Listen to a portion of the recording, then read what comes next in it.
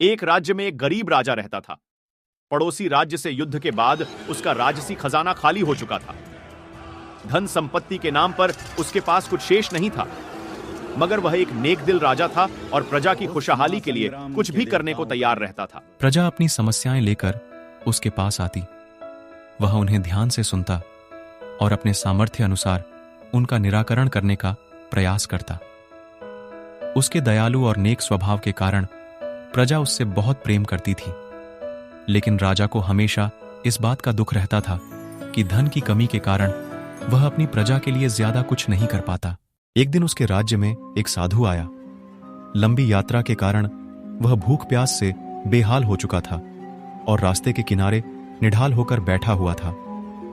उसी समय राजा रोज की तरह प्रजा की स्थिति जानने के लिए भ्रमण पर निकला। उसकी दृष्टि उस साधु पर पड़ी। वह उसके पास गया और उसका हाल पूछा। साधु ने कहा, बेटा, मुझे बहुत भूख लगी है। राजा उसे अपने महल ले गया और उसे भोजन करवाया।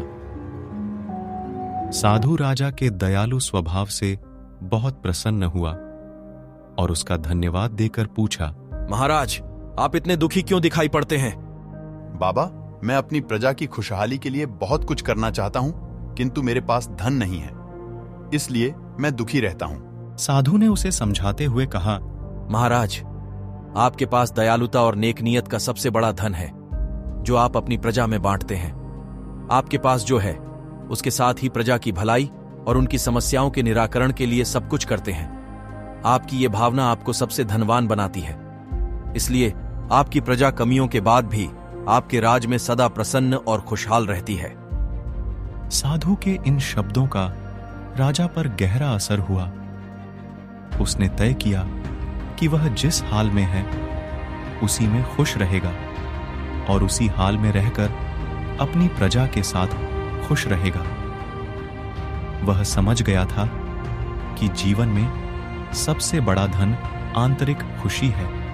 गरीब राजा की यह नेक कहानी हमें यह सिखाती है कि धन की अधिकता न होने पर भी हम अपनी ईमानदारी, नेकी और दयालुता से अपने जीवन को खुशहाल बना सकते हैं।